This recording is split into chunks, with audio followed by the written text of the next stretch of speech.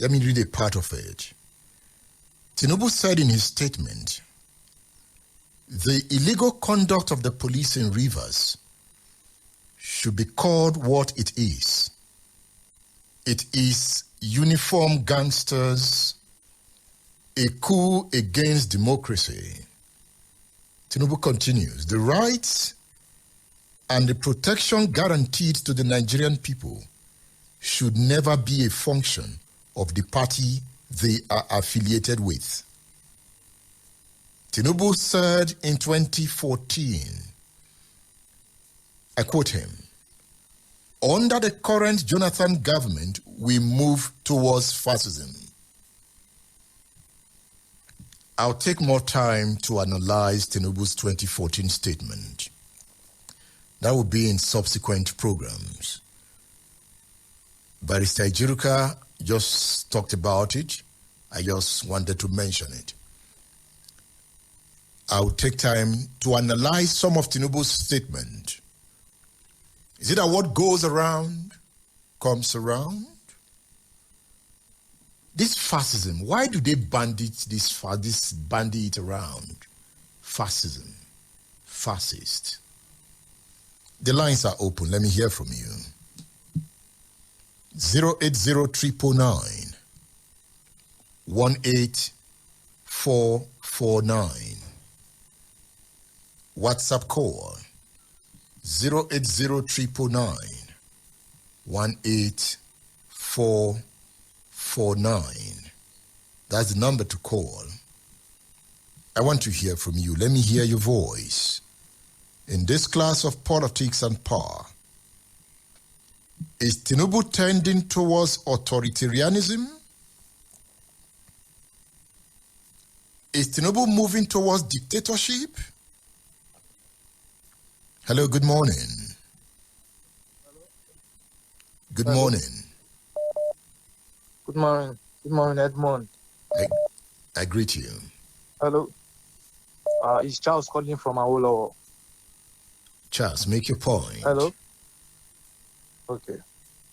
So when you talk about dictatorship, when you talk about one-party state, Nigeria has always been a one-party state. Hello? I'm listening. Hello?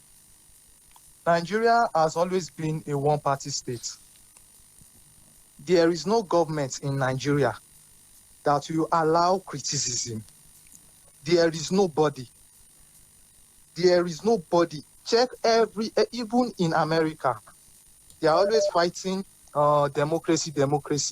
But when one party enters, it tries to tarnish the image of the opponent. That is how it always happens. The former caller, hello, Edmond. I'm listening to you. Hello. Okay. The former caller came. He said Abacha could not take pressure or whatever he called it. There is nobody that is going to be on that seat that is going to be allowed, that is going to allow people to criticize him. There is nobody. All right. Because when you are there, you will try to tell people or tell the whole world that you are the best, even if you are doing wrong things. They say freedom of speech. There cannot be freedom of speech. Why? Because they will come, they will throw questions that you don't want to answer. There was one of your program that you said that the president of Kenya, Ruto, that the journalists that we are asking him questions, that the question they asked him, that if they asked Tinubu, that he will not be able to answer. Excuse me, you now say freedom of speech. So now, how does the country want to move forward? Let us go from that side. I hope you are listening. All right. Talk of the country wants. You have made your point. Okay. Yeah, you have made your point. Let's hit the nail on the head, so that other callers can join the discourse. Once you hit about 20 or 2 minutes now, I will call your attention to it. Because I can see a lot of persons wanting to call, many persons wanting to call here. Okay? Hello, good morning. That's DJ Yusufu. Hello. Hello, DJ. Yeah, good morning, Edmond. Yes. Thank you for picking my call. Yes, good morning.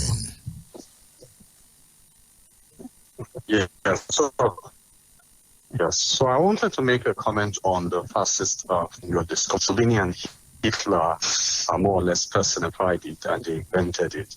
But fascism is something that is inherent in every human being.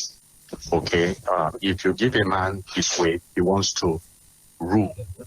He wants to portray the fact that it is only his own ideas that can make a system work. It is the people around him or the society that begins to tell him that, no, you are not the only person in power. One of the reasons why the boys in 1966, January, struck was because they saw the fascist tendencies of the Southern or Sokoto. Okay, the person in somebody who was controlling Balewa from the north. So when they saw that, look, if we continue in this tendency, we're going to find a system where only one man is dictating the problem. And I must commend you, Edmond, for helping us, your listeners, to realize the tendency even in the present government, the government of Bola Tinubu, towards fascism. Okay, because everybody, like I said, everybody has this tendency to want to think his own ideas are the only one that will prevail. Now, the opposite of fascism is democracy. We have seen democratic, ethos in the US and in Britain.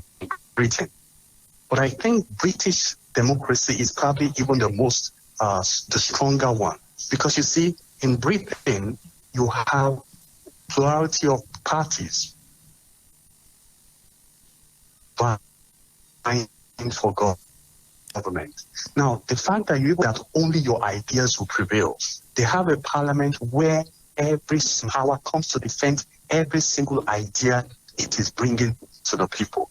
So that any idea that a government wants to put outside, they have they have it in mind that the opposition will come and curtail it.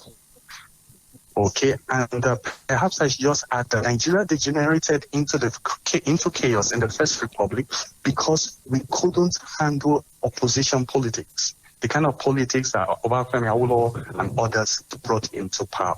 Into the government. You see, Deji, your line is not too clear. So how do we solve this fascism? You see, Deji, your line is not too clear. Okay, I'm so sorry. Yes, I want to let you go.